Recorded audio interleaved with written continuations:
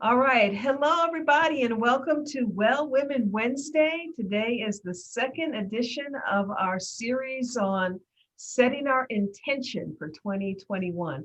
My name is Dacia Moore. I'm a licensed professional counselor and also executive director of Gateway of Hope. And I'm very glad to have two of our folks joining us. We'll probably have more people to jump on, and that is perfectly fine. We're going to be doing this every Wednesday in January from 12 to 12:30 Central Standard Time.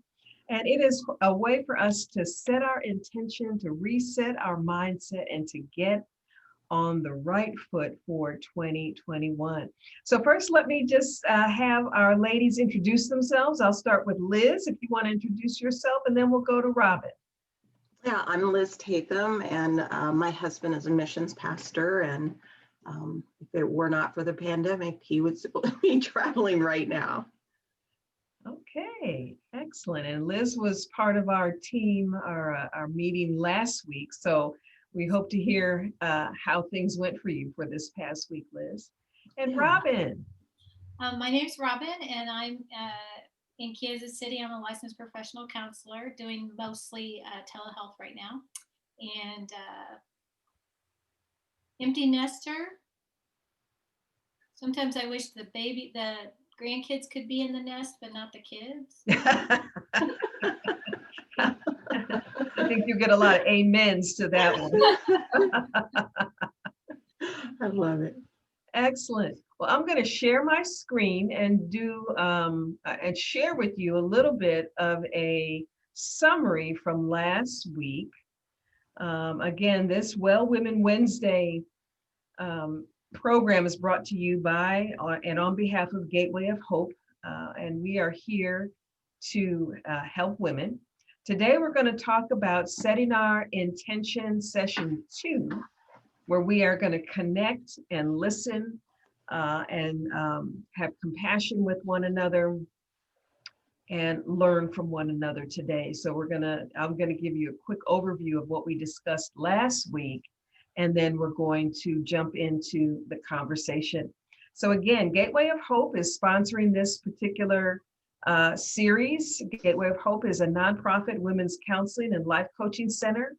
Our mission is to lead women to discover hope, pursue healing, and live in wholeness. And that is absolutely what we're wanting to do here today. I want to invite you to our Lifeline to Hope life coaching series. We actually have an information session on January the 27th, the last Wednesday of this month. It's going to be in the evening, so check out our Facebook page. And we are doing the Lifeline to Hope specifically to help women who have been adversely affected by the pandemic, either by loss of job or loss of income in some way. Perhaps they had their hours cut, or maybe due to illness or caregiver responsibilities have decided to stay at home. So we have the counseling part that helps with the emotional part of that, and then the life coaching part in terms of how to effectively parent, how to find your next job, and how to build that unshakable self-confidence. So be sure to check out our social media. Here are all the ways you can stay connected with Gateway of Hope: LinkedIn, Instagram, Facebook, and that is where we will put all of our events that are coming up. Just so that you know, this session is being recorded, and this is not counseling. This is a conversation to help you. It is a Christ-centered conversation to help us to be better. So take what you need and leave the rest. But if for any reason some of what we talk about triggers you, be sure to either dial 911, the suicide prevention hotline, which is right on the screen. That should be in your cell phone anyway, because you never know when you're going to run across somebody who is struggling to the degree that they say they're thinking of hurting themselves. And you can automatically stay with that person, call that hotline, and they will talk to that person and help them get connected. Perhaps it's not that deep for you, but you still think, okay, I need some help. Find a counselor or life coach. There are plenty of us out there. We are helpers. We want to help. Certainly, we are here at Gateway of Hope to help you, but if that is not in your area or you want something else, be sure to find a counselor or a life coach that will help you. All right, so we did introductions already, and right now we're going to get into the presentation. I'm going to give a quick summary of what we talked about last week, and there's some folks who jumped on right after we got started who were here. And so we want to have or spend most of the time today discussing how your week went with your I am, I will declarations. So last week I shared with you that we have to set our intention on purpose, proactively. We have to, and this week with all of the goings on in America, I have had to reset my mindset many, many times, because just as in other situations of a difficult nature, racial injustice, social injustice, people of color, especially African Americans, we see things very differently than our Caucasian brothers and sisters. And so it is disturbing oftentimes to see the inequality that occurs in America. But we're not going to solve it if we don't talk about it, if we don't look at it. And we're not talking about that today, but what I am saying to you is that if you have Black friends, we felt some kind of way this week, okay? You probably felt some kind of way this week, whichever side of the ledger you fall on.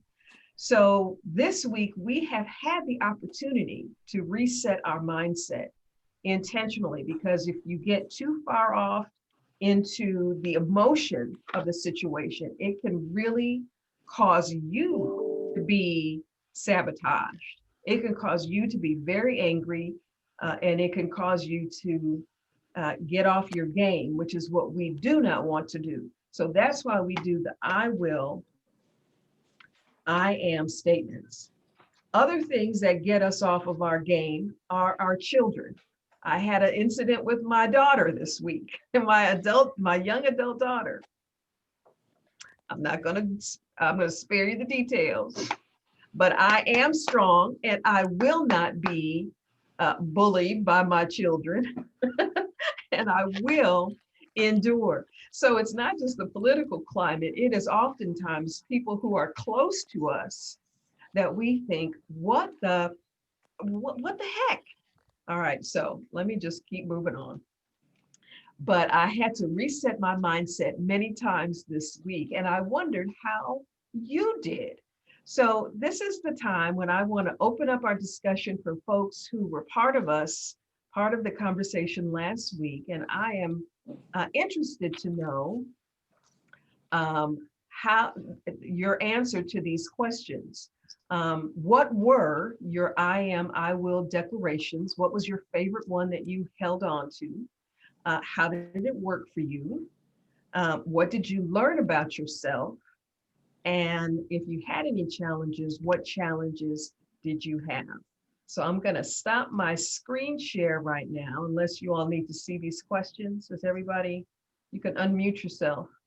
Does anybody need to have these questions still up on the board? All right, basically it's how did it go? So I'm just going to stop screen sharing so I can see everybody's beautiful face who wants to be seen. And yeah, just jump in. How did it go for you? What were your favorite ones? I'll go. Okay. So we met on Wednesday. So, you know, that I kind of had that thing where, okay, well, I'm gonna be focused on a certain thing. But then after everything occurred Wednesday, and it just kind of changed it, just as you said. And what I came up with was, I am woke. Mm-hmm. And I will continue to be aware of my environment. So being a child of the 50s and 60s, I am very, very familiar with what is going on now. Um, but it makes me very, and I don't want to say fearful, but I guess I am kind of fearful. I'm fearful about what direction that our country like is headed in, and so that's a little bit disconcerting. And like, you don't want to get hateful, but it really, it really can make you very cynical, because it throws you back to those times, like back in the 50s and 60s. For example, I remember not being able to go into the store to buy shoes. And so my mother would always get cardboard, and she would trace our feet. And so, as a kid, I thought, oh, okay, well, she just doesn't want us to go, or blah, blah, blah, blah, blah. But when I got older and she explained that whole thing to me, it just kind of throws you back to those things. And so those are the kind of things that are coming up now. So, I'm not going to talk too much. We only have a half an hour. But anyway, those are my thoughts. Thank you for sharing, Gail. I am woke. Last week I shared that I am a survivor. I am a thriver while surviving. I am a soldier. And I added I'm an encourager, because I know God uses all of those things to put me in a position to encourage. It was unbelievable to go from meeting in this group and having so much positivity. And for me, I haven't really met with anybody since, face to face, other than people I'm like related to or in this house, since March. So it was good to see faces. And then I went downstairs to have lunch with my husband and my youngest, my 21-year-old.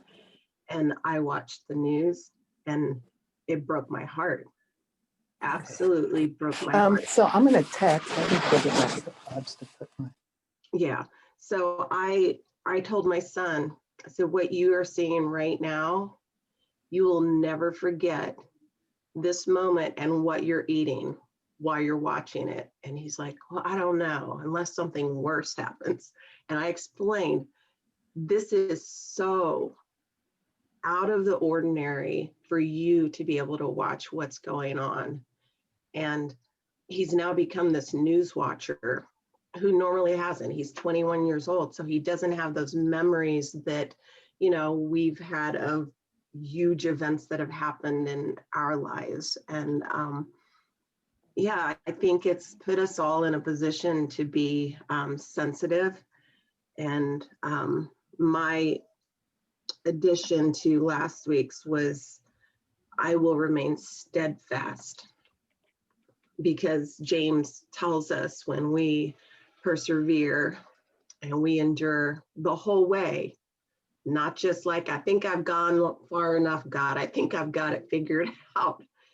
It's doing the distance, and the persevering and the sharing. That's really, that gives me a visual of tracing your mother, tracing your feet. I mean, that's a great visual for me. I grew up way under the poverty line in rural Kansas, and my mom would buy our shoes 2 sizes too big, because that's how long you had to wear them. And, it's hard. And my prayer through this whole pandemic has been for people to be gentle and mindful and thoughtful, because I think that we are a culture that's lacking in a lot of that.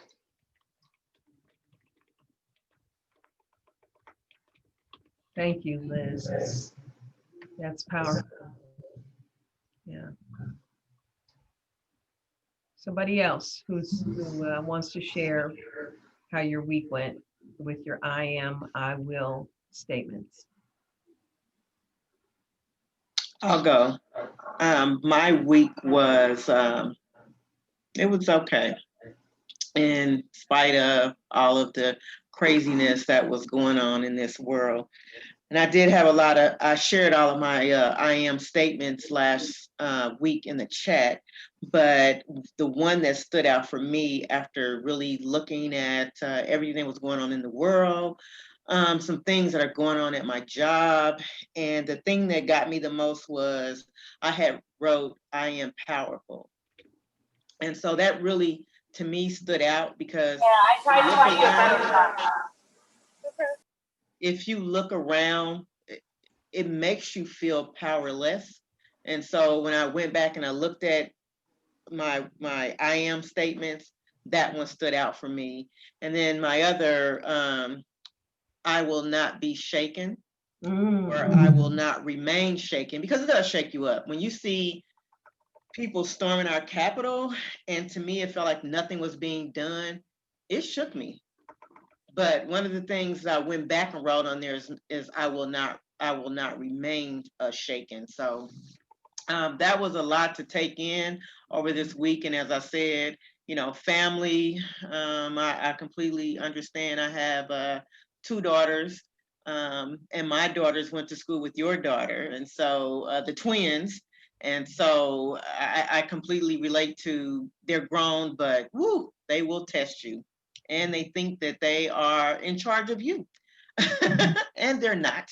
And like I said, and then again, just stuff at work, so it was just a lot. But that I am powerful statement meant a lot to me after just looking at the news. So all I gotta do is turn the TV on, and man, it will just shake you to your core to see what's going on. And I'm maturing. And so I was a child in the 60s, so I didn't really live through all of that. Not that I am not aware of what happens, but to see this stuff play out in 2021 is mind-boggling, mind-blowing, just everything. So, but I am going to remain powerful, and I will not remain shaken. So that is my going forward. That's what I have to, rely on, or else, it shook me so bad that I was in tears. And I am, my background is psychology, so I consider myself to be really strong. But man, when I tell you, after seeing that, it just brought me to my knees, honestly. So, but I am powerful. I'm standing on it. I'm taking it with me going forward. So you are powerful. You are powerful, because greater is he who is in us than he who is in the world. Absolutely. And every morning I have a theme song, and it talks about the Lord is my shepherd. It comes from Psalm 23, but it's the soulful version. And I'm not alone, and neither are you. None of you. You are not alone. But there is a battle. There is a battle. And we can definitely see the power of evil in so many things. So let's hear from one or two more one more folk, and then I do want to, it's 12:18, I do want to jump into a conversation about what's next for next week. So anybody else want to share? Okay, Natalie. Good afternoon. So my week, it went well.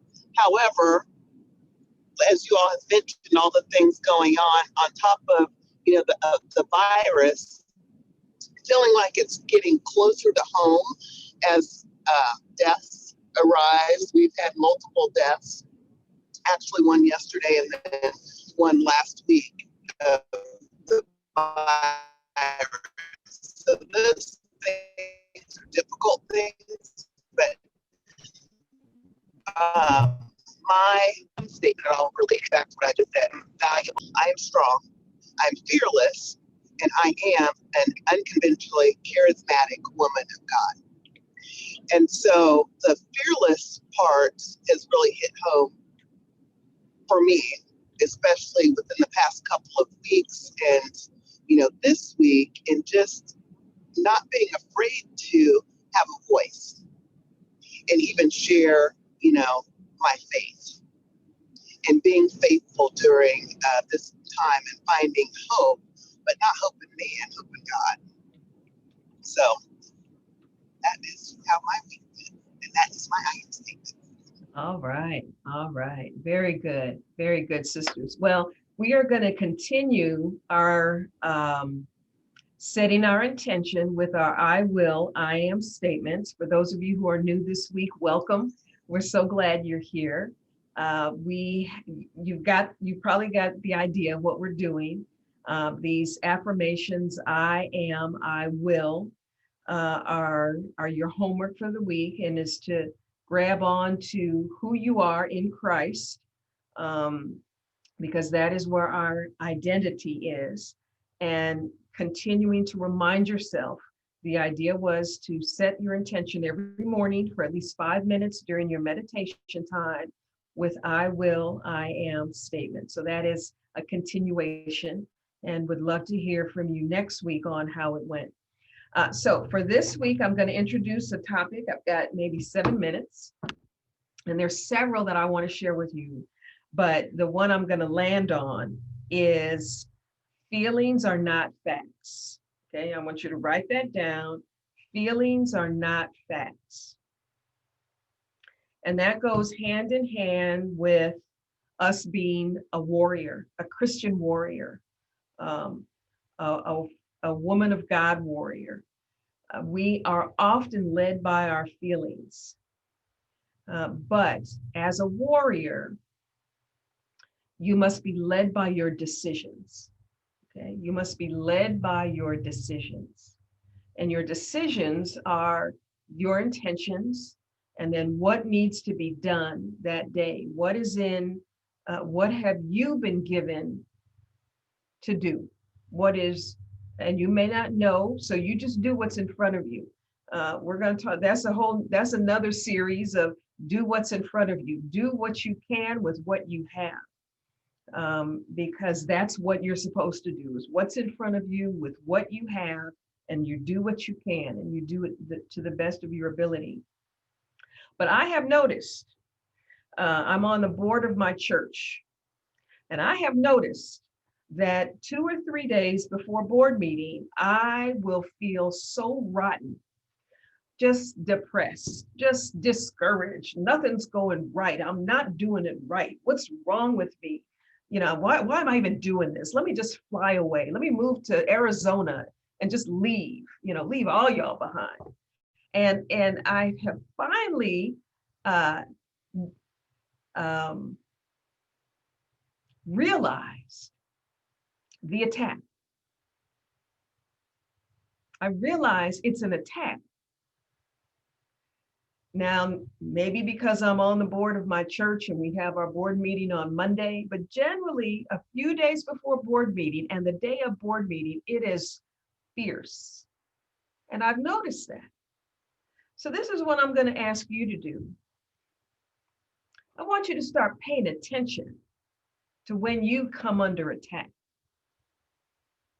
There are probably some patterns of things that you're doing, somebody that you're talking to, something that you're supposed to do, something good that you're putting into the world, something good that you're doing that somebody doesn't want you to get it done.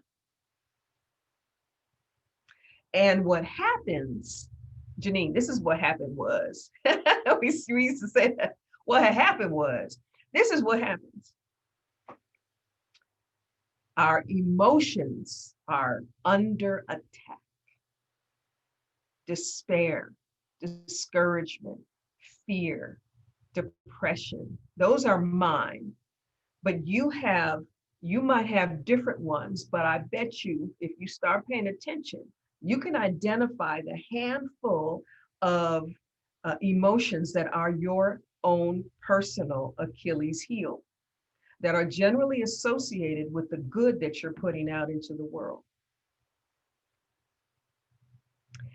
And so discontent, there are 4 Ds that thank you, Robin, that I have: discouragement, depression, discontent, And there's one other D. I'm going to do a series on the 4 Ds because they get me, but I can see them coming now. And so what I have landed on is when I feel that way, I said today, Dacia, feelings are not facts. Feelings are not facts. You know, board meeting is on Monday. You know, you're doing some good in this world here at Gateway of Hope. You're doing good. God is with you. It's an attack. So do what's in front of you and live by your decisions. Because we often don't feel like doing this or doing that. But as a warrior, soldiers don't do what they feel. They do what they're ordered to do. Yes? Comments or thoughts?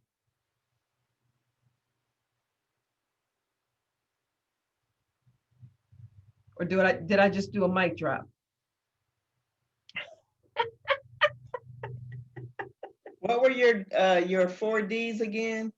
Well, I can only remember 3 of them. I have them written down in my Bible because I pray against them every morning with the shield of faith. But I remember discouragement, depression, disappointment. It's not despair, discouragement, disappointment, depression. Disillusionment, maybe? Huh? Disillusionment, maybe? It's not disillusionment. Discontent. Discontent. Discontent. So discouragement, Disappointment. disappointment, Mm-hmm. Depression. and depression. Depression and discontent. Gotcha. Mhm. Thank you. Those are mine. And I have lived long enough to name them, not own them, but at least recognize them.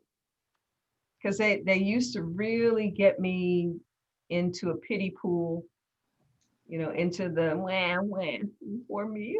We don't have time for that. Ain't nobody got time for that, right? Remember that song? And when you look at okay, I do want to open it up because I can keep talking. Does anybody have anything they want to share? Any other questions? Just a quickie, like I do think that there is more of an awareness of all of these things. And it's so true. We get caught up in the emotion of it and we don't see like the big picture, so it really is like an act of intention to be aware of these things so that when you feel yourself going down that path, that you can catch yourself, and pull back. My favorite thing is it's not that deep. The other one is stay in your lane. Okay, so those are all things that I have to deal with all the time and say, okay, you tripping. I mean, just from little stuff. And we all do it. We all do it. The thing is to be able to recognize it and to act accordingly. And I think That's also recognizing when we get defensive.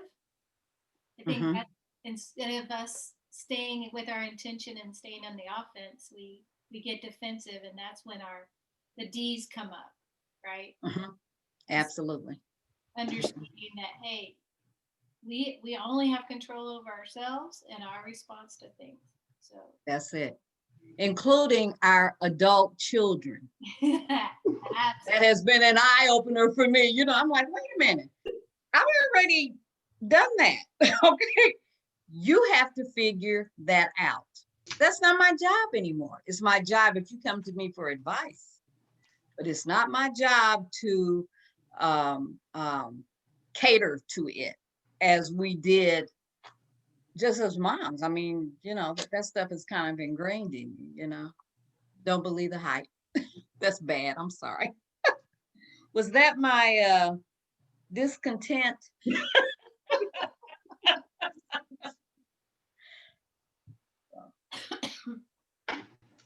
So I have a very interesting perspective that I would like to share, and I'll try to do this in just about a minute and a half. And I'm going to ask for both grace and also no judgment on this. Okay, just hear what I have to say.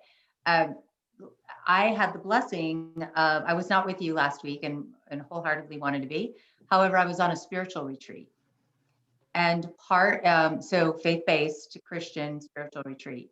And a part of the spiritual retreat was a media fast and a social media fast that we have for the next 30 days. And I'm sharing this with you from the standpoint of, I don't know what you're talking about because I haven't seen what you're speaking about. And it's very odd to not know, but also I don't think I'm missing it. I'm not, I do know generally what you're speaking about because I have people in my house who have conversations. So I only know from the people in my household. But it's very interesting to not have access to media and to not be swayed by media. And I think that really is my point. My interesting point is, so the question that was asked to us, which was the challenge of a media fast, was, does the media bring you closer to God? Or does it distract you and does it pull you away from God? That was what was just left in our laps to consider over the next 30 days in this media fast. How long is your media fast? 30 days. Oh, 30 days. Ooh. 30 days of no media. Yeah, social media, television, entertainment, obviously texting, communication is okay, but so no social media, no news feeds, no Facebook feeds for 30 days. I'm sharing that because it's like, I will say, based on what you're sharing as far as your feelings of despair and frustration and angst and all that is very real, I'm not feeling because I haven't been watching the media.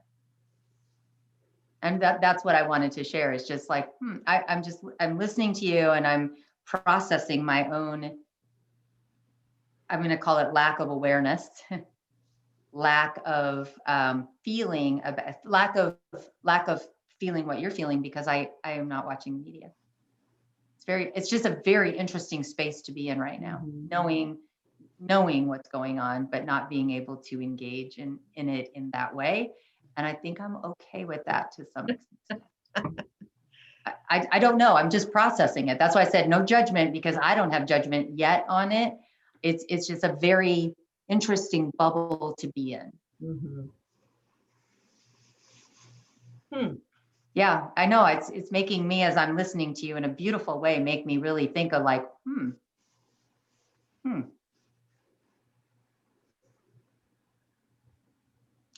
Well, I am sure there is value to managing the media that we allow into our lives, because again, it does evoke feeling.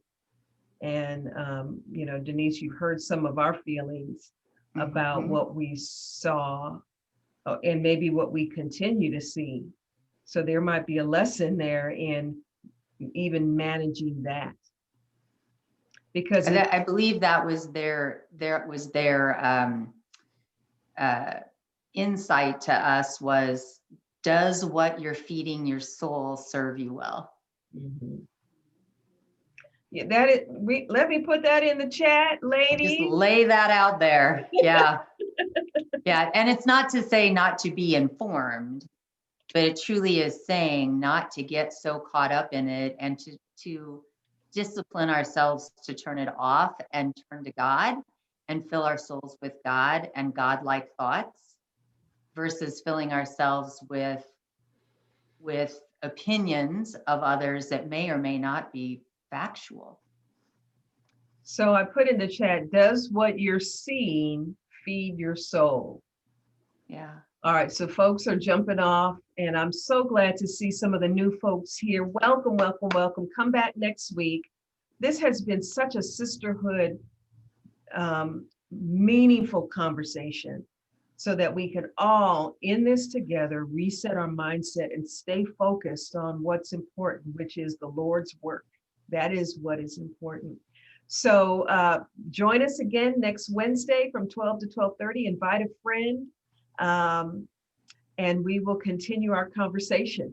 All right, so next, you've got your homework. Continue with the I am, I will statements.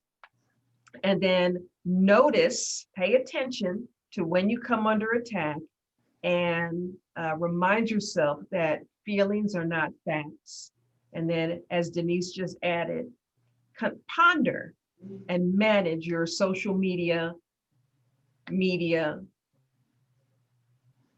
diet. Intake. Let's call it intake. Intake. All right, see you next Wednesday. Bye, everyone. Thank you. Bye.